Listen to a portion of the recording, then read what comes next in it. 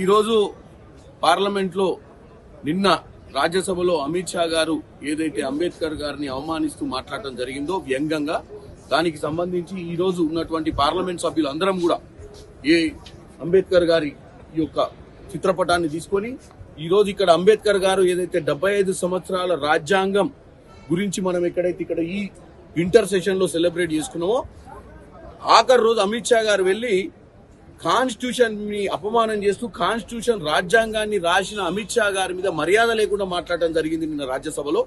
Constitution మీద ఏ రోజు RSS కి నమ్మకం లేదు, ఏ రోజు బీజేపీకి నమ్మకం లేదు.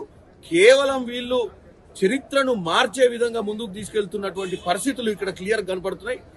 భారతదేశంలో రాజ్యాంగాన్ని 400 సీట్లు వస్తే పార్లమెంట్ ఎలక్షన్లలో ఈ పాటికి రాజ్యాంగాన్ని మార్చేవాళ్ళు వీళ్ళు.